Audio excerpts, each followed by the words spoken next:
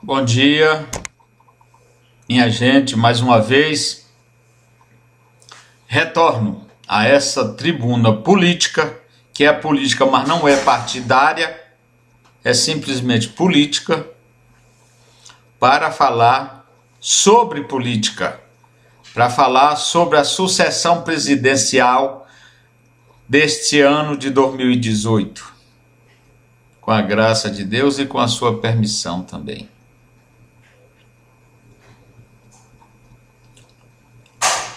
Hoje eu não gosto de falar especificamente de alguém no espectro, como esses de muitos candidatos à presidência da República. Os nomes estão já lançados aí como pré-candidato nas ruas, já existe até pesquisa dando alguns indicativos, mas ainda não temos nada que indique quem será efetivamente o vitorioso no pleito presidencial deste ano de 2018. Mas eu tenho uma curiosidade e vou expor aqui para vocês. O ex-ministro Joaquim Barbosa, que dizem que vai ser candidato por um certo partido, tem algumas avaliações positivas e por isso mesmo já começaram a persegui-lo. Os urubus rondam o ministro e as bestas são criativas no sentido de criarem histórias lunáticas até para comprometer as pessoas. E Joaquim Barbosa pode colocar a sua armadura de guerra mesmo, porque vão tentar desconstruí-lo, inclusive mentindo com fake news, inventando histórias, só pelo fato, minha gente, só por ele ser um negro. E na nossa história nós temos aí o primeiro negro se apresentando como viável a ser o mandatário maior da nação, o presidente da República, o chefe de governo e o chefe de Estado, no nosso sistema presidencialista, no nosso regime presidencialista. É esse o maior pecado dele, é ser negro. Agora já invento aí em algumas mídias que o calcanhar de Aquiles dele é o temperamento. Que temperamento que nada! Ele deveria ter calcanhar de Aquiles se ele fosse um corrupto, um safado, como tem muitos aí querendo derrubá-lo. Muitos aí que são ladrões de carteirinha, mas mostram uma cara de vestal. Portanto, minha gente, temos que estar atentos. Agora eu tenho aqui uma palavra a dizer. Não sei se vai se cumprir, porque vai depender da vontade de um grupo majoritário de pessoas no Brasil. Eu digo aqui, até usando assim um paralelo com a Bíblia, dizendo que o povo que se chama por afrodescendentes, se votarem em um dos seus, no ministro Joaquim Barbosa, não tem para ninguém. Ele será eleito, será o futuro presidente do Brasil. Se agora eu tenho um pé atrás com essa situação, vou usar um estado aqui apenas para dizer como isso não funciona. Não funciona. Parece que há um bloqueio nos próprios afrodescendentes para votar na pele deles mesmos. Ouçam aí. Nós temos a Bahia. A Bahia nós temos um veso lá com relação à representação no Congresso Nacional, nas Assembleias Legislativas e nas Câmaras de Vereadores. Eu falo aqui do Congresso Nacional. Conte quantos deputados e quantos senadores negros nós temos no Brasil, eleitos na Bahia. Não é por falta de candidato, muitos se candidatam, mas a sua população, os próprios afrodescendentes não votam nas pessoas de suas famílias, do seu nicho. Não votam, que se votasse nós teríamos aí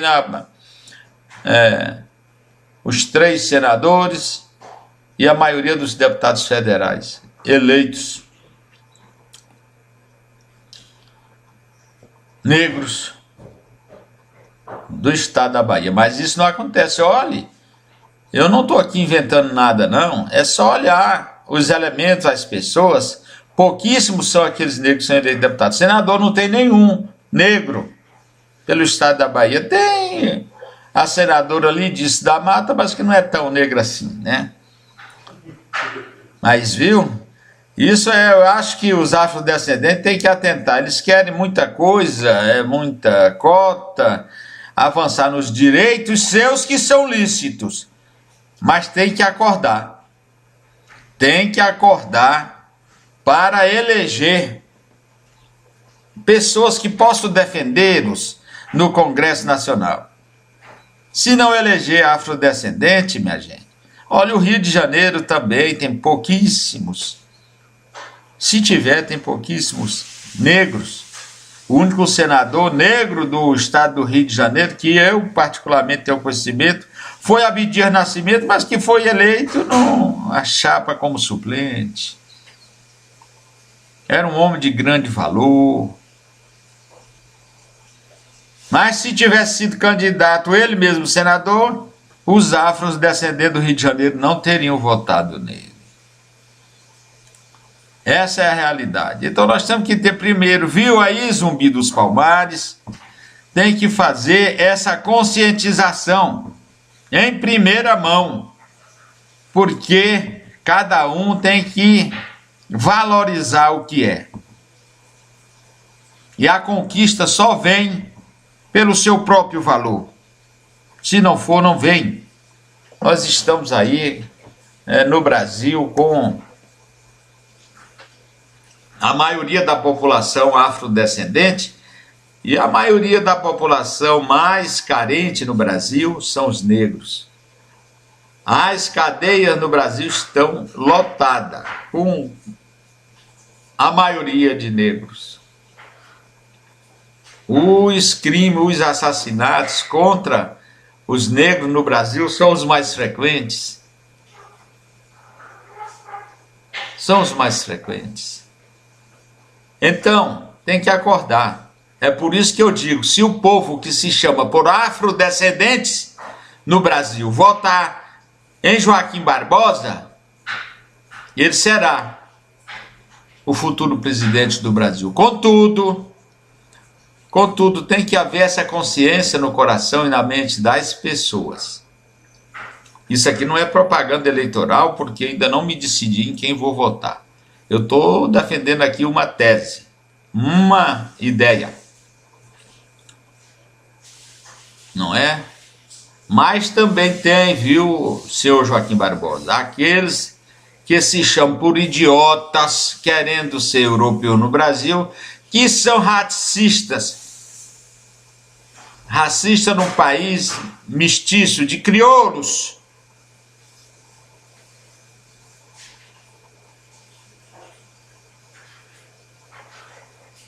De crioulos.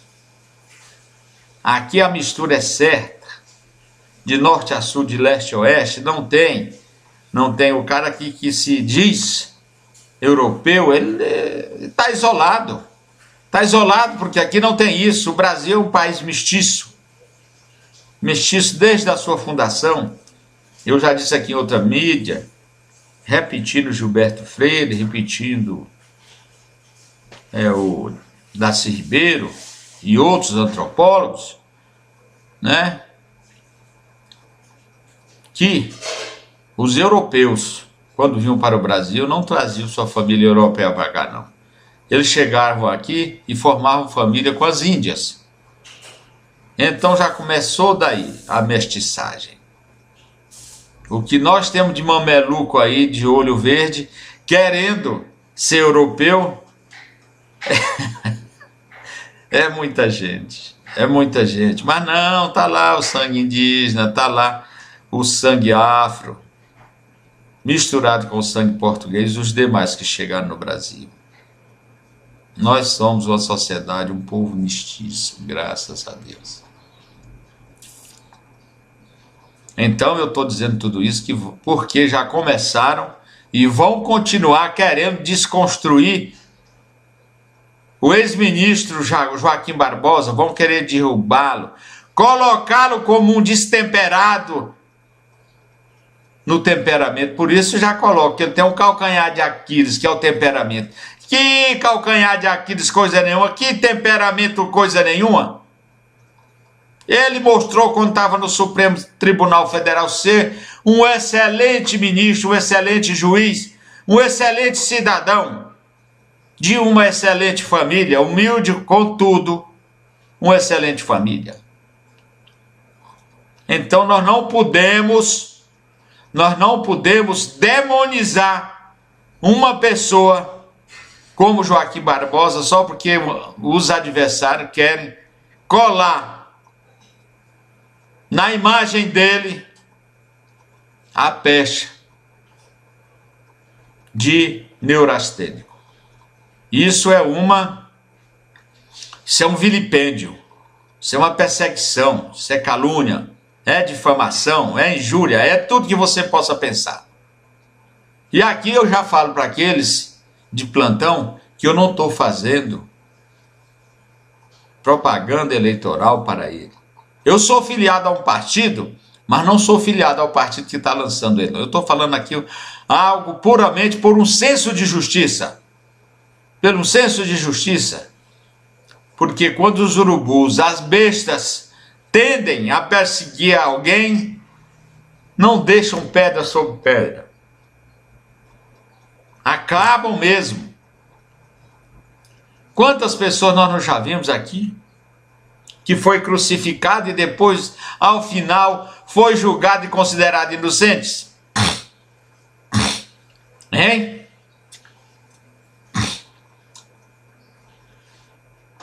Tem um caso emblemático que a gente ouve na Faculdade de Direito, que é um dos irmãos Naves aqui no Centro-Oeste, que fizeram e aconteceram, acabaram com a família, acabaram com o rapaz. Depois, algum tempo, o verdadeiro assassino se apresentou e disse que eles não tinham nada a ver com aquilo. Agora, mas já era tarde. Já tinham condenado, prendido, batido, humilhado. E mais cruel ainda, tinham torturado. Fizeram eles, coitados, através de tortura, confessar o que nunca fizeram. Tá aí, a história conta. Então, os urubus estão rondando e as bestas estão cerrando o dente para pegar Joaquim Barbosa. E já começaram a perseguição,